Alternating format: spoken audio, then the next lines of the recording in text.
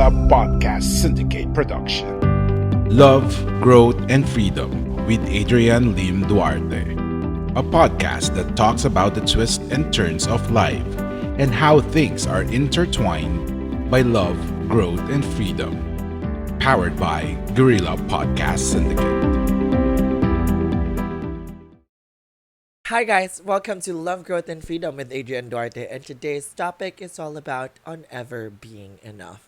So if you want to stick around and listen to what I'm going to talk about, you should go click on the subscribe button and see what this podcast is all about. So, I've been talking about my third season on being a podcast where we talk about the questions we do have behind closed doors, the questions that we ask ourselves sometimes, or even other people, or these thoughts creep in without us knowing, and sometimes these thoughts just go eat us alive and bury us with self-doubt and everything. So this episode is going to be about on ever being good enough, talking about the idea of self-worth, what self-worth is for us, what self-worth is, how do we measure it, can we ever measure it, or how do we actually see ourselves, or how are we supposed to see ourselves to be who we are and our self-worth.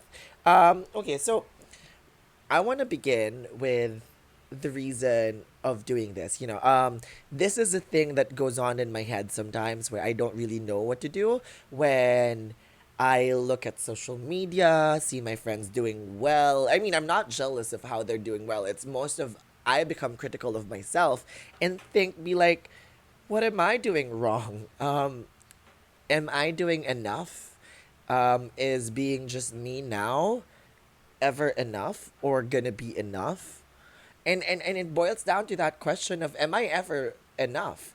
And I guess if we always listen to that inner critic, we always allow ourselves to just go around and go about that idea that, well, our worth is tied down to how people see us.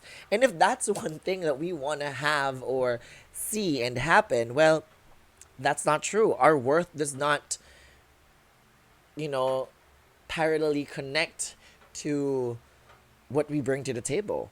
Because if that's the case, I guess all of us would be somehow worthless because of the times that we've been unkind to people, of the times that we've been selfish. If those are the things that count us as who we are, well, that's sad. So self-worth can be based on a lot of things. It can be based on the idea that self-worth is given to you by a divine being, may it be God, and that your worth is defined by Him. He already saved you, He loved you, and you are His son or daughter or child. And sometimes it's also good that you put self-worth as how you perceive yourself, how you see yourself. So a lot of people, like me sometimes, have been weighing in on the external factors of self-worth, thinking that self-worth is equals to the things that you do, your profession, the money you make, the people you make happy, social media following and everything. A lot of people anchor the idea of self-worth in all of these things that are actually very turbulent, that some of these things are not truly what defines that person, but how that person sees herself or himself. So, this world is getting crazier by the second and by the minute, that, a lot of the things that used to matter and be valuable then isn't so valuable anymore because of the pandemic, about so many other things. So self-worth is also a fragile thing like that. You can look at it like an economy or something, but self-worth, if you put it on a very turbulent state where you put and anchor it to things that change rapidly and things that are externally external forces, well, then that's really, really difficult because your self-worth will actually vary, and how you see yourself is going to vary, and it's going to make you feel bad on days and feel good on days. And it doesn't mean that these things or external factors doesn't matter in your life. It's just, if you anchor it there, I think everything you've been doing is just for the sake of all those external things. You've been doing the things that you want for people to notice, for people to see you as, but it's never really for you. So, I want to define what is self worth. It is the sense of one's value when you look at it on the internet and when you see it on psychological journals. It is actually understanding and knowing your self worth, knowing and realizing that your value as a human being, not being judged by what you do, but who you are. So, it's more of who you are basically, and intrinsic factors like internal factors of what makes of who you are, your silliness, your drive to do things, your personality, and your wants and desires to do things for yourself is what it's supposed to be. People should see you for who you are. That's your self-worth. And one of the things that I always say, what is fundamental to every human being is respect, love, care, kindness, and everything. You have to be kind to people because they deserve that. Their self worth and your respect and how you perceive them is not supposed to be based on what they do and what they can offer you and what they bring bring to the table for you, but it's mostly who they are. How they carry themselves, how they be themselves around you is what you're supposed to look at and see. So in this idea, self-worth isn't found in external forces, but it's always inside of you.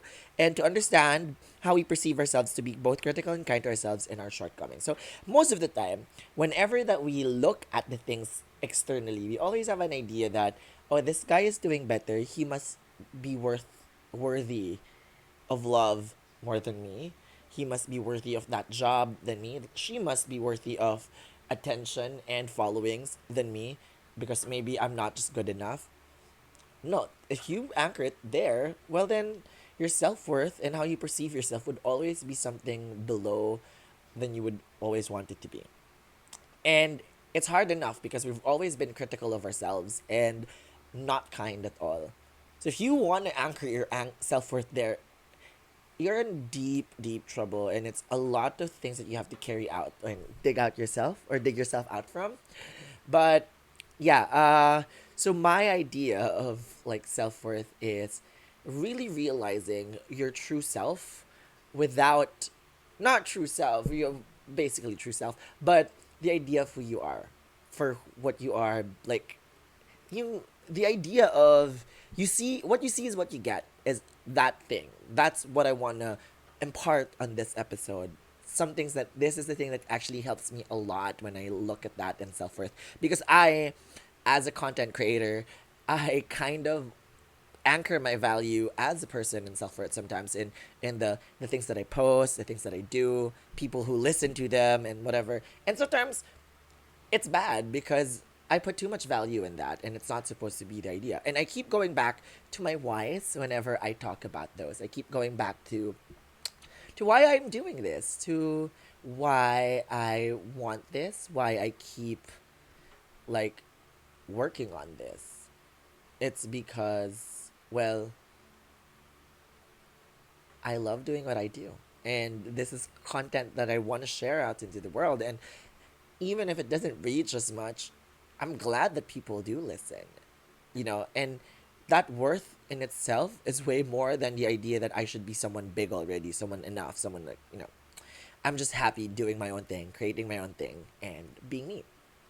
Next up is when you talk about self worth, we always perceive ourselves to be more. This is what I've realized uh, in my lifetime. You understand why it's easier to open up to a stranger rather than your friend, to your parents, family, because they already have a perception of who you are and what you should be. They have this expectation of how you should act, how you should be, because they helped you out. They were in all of those, who you are in those times. And it's quite refreshing to be talking to a stranger, complete stranger, with the deep things about your life, ideas that you haven't really talked to with anyone, because this stranger perceives you as this person they just met, and a complete stranger, and they don't know who you are. They don't expect you to be anything. They don't expect you to be who somebody else that you're not, and whatever.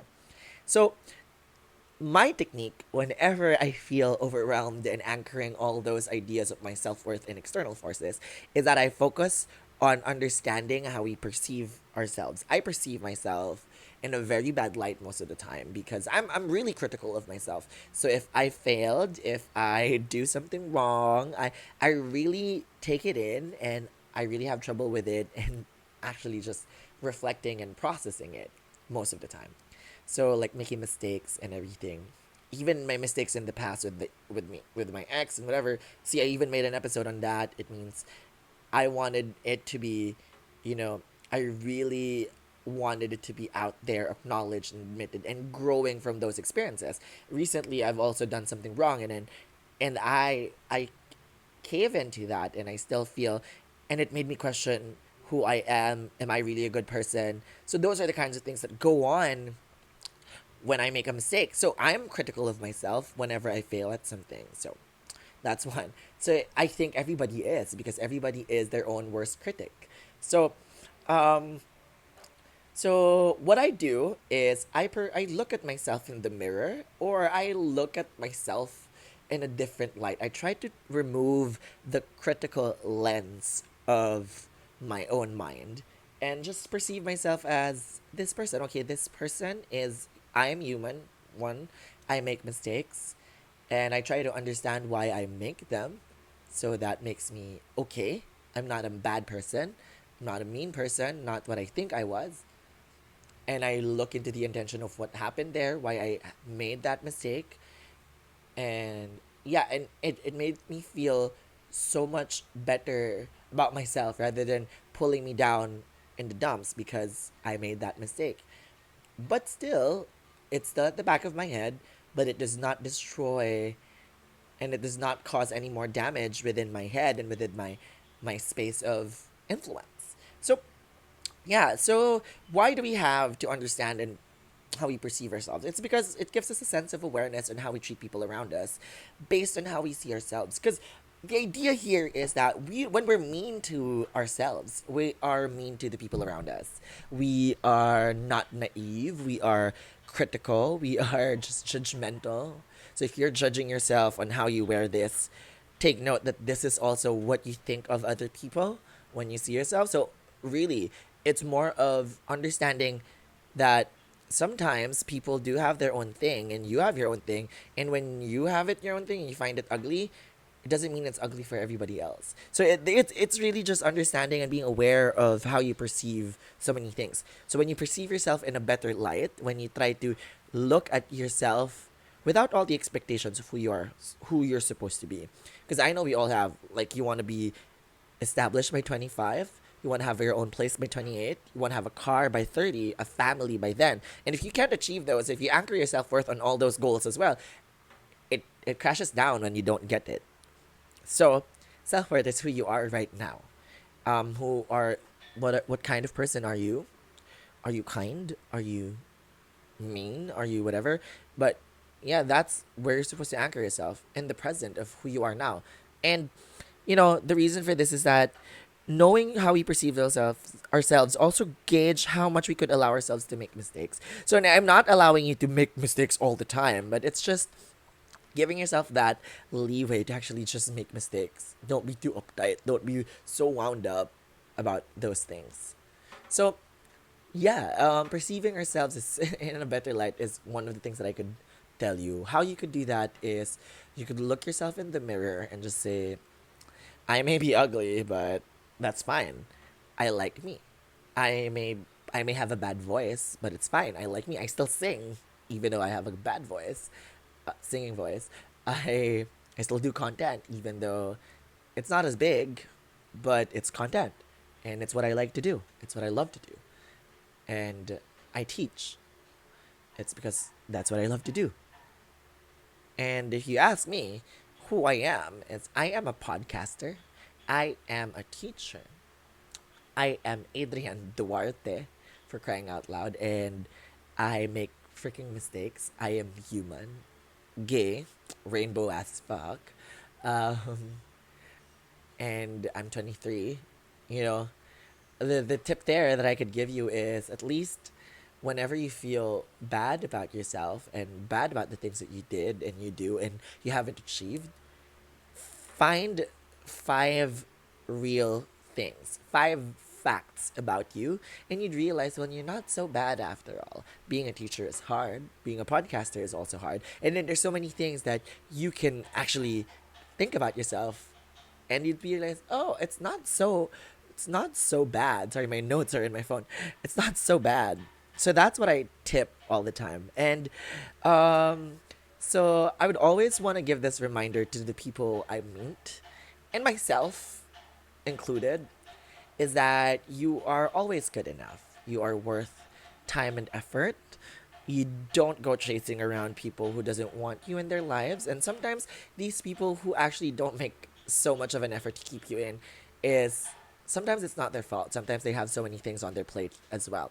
So we often look or overlook our own good things and deeds because of the things we see that happens to other people. I think each and every one of us has had that moment of comparing one's apple to others' oranges. So I think every time my parents, every time I tell my dad that I feel so upset that my life is on pause right now, and he's be like, well, everybody's life is on pause. You don't really need to rush. You're in a good place. You're teaching kids now and online, and you never really were stuck. So looking at those things, I was just like, yeah, okay, why do I keep comparing my oranges to that dude's apple or whatever? So he always like brings that in my idea or my perception. And then um with you knowing that you're enough, know the things that you dislike and like about yourself, so that you can gauge or also see if the things that you dislike about yourself is something that you should change or not, based on how you feel about it and how other people will feel about it and how you want it to be. And all the things that you like about yourself, maybe it be a little twisted or not, sometimes you have to keep your ground on them because people should like you for what you like and what you don't like and whatever. But of course, if it's in that bound of still being humane and being nice and generally kind to a lot of other people, not being a wicked witch or whatsoever. But yeah, and then know that with all those, you're growing into a person you are meant to be, and there will be a rough road ahead, but know that you are enough. You are worth other people's time and effort, just some of them deserves yours. We are humans. So I think a lot of people forget that a lot of things happen to each and every one of us, and our expectations of other people showing up for us showing up for them, is a whole lot of other things that we can't really force someone to do.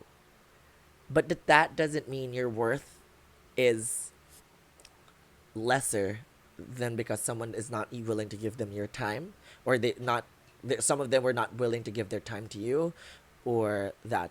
So know that your self-worth is intact because of who you are.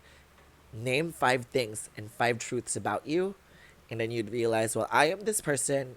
I'm amazing. I'm that bitch. Even when I'm crying crazy. Yeah, I got boy problems. That's the human in me. So how can you recognize your self-worth? So that's a question that we all look at. And I keep telling you about perceiving yourself. But recognizing your self-worth is, again, being more, you know, kinder to yourself. Compassionate is the term. So from The Importance of Self-Worth by psychalive.com, by practicing self-compassion, treating yourself like how you would treat a friend is helpful. Because we treat ourselves as contestants in a show all the time. We judge ourselves based on how we wear things, what we said, and we overanalyze the things we've done, we've said, we've brought into the table. But when we do that to our friend, we are kinder. We think of their experiences out of that bubble, their reasons for that. So why don't you do that to yourself? Treat yourself as a friend. Be a friend to yourself. Be compassionate to yourself. So when this is said, this involves taking on what Dr. Dan Siegel describes as coal, an attitude which means being curious, open, accepting, and loving towards yourself and your experiences rather than being self-critical. Okay, so when we talk about that, we realize that we have to be curious of why these things happen to us, what makes it what makes us react that way, accept and be open that these ideas sometimes are not in a right reason for you, or you don't see it you don't see it as a right reason for you to act out like this. And then loving is to actually love those things and imperfections about you that only you can love. So the three steps that we could, and Dr. Seigel tells us, is acknowledge and notice your suffering. Don't, this is what I tell other people too, don't minimize or don't discredit and invalidate what you feel just because some people are having it worse. It's okay. It's okay to feel upset with a little thing, and it's okay to be upset with a big thing. And even though other people have it harder than you, it's still okay because you're the one experiencing this. This is relative to you. This is what's important to you. And it's okay to be upset with that. So sometimes just relieve the pressure of, well, other people have it worse. Well, yes, they do. And what can you do about it if you don't feel bad about it? You just like suck it up. No, you feel bad about it if you want to release it out and notice it, and it's okay. Acknowledge it. Number two is be kind and caring in response to suffering. Rather than tell yourself that you've done wrong, be kind to yourself. Allow yourself that leeway or that space to actually make that mistake or that emotional breakdown that you need. Third is remember that imperfection is part of the human experience and something that we all share. So we are perfectly imperfect. Nobody is perfect. Only God is, what we all say.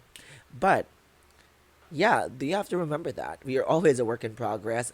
We could learn new things at a certain point, at a certain age. And that's why I don't believe in cancel culture. We'll get on to that with the next episodes. But before we move on to the next end or the next bit of this podcast, let's take a break. And we'll get back to you in a minute. Like what you hear so far? Make sure you never miss a show by clicking the subscribe button now. This podcast is made possible by listeners like you. Thank you for your support. Now, back to the show. So, welcome back to Love, Growth, and Freedom with Adrian Duarte. So, I am about to end this episode with a few points. So I want to share a little experience where I was reading this book to my student. She was 5 years old. Actually, I read this to all my students. I was looking for a read aloud book in YouTube, and then I showed them that book. I play that on share screen, and this book got me and my attention because I liked the idea of it. I loved the idea how the book teaches the kids nowadays to actually love themselves for who they are and what they want to do, who they want to be. So the story went as, it's okay if I have big ears.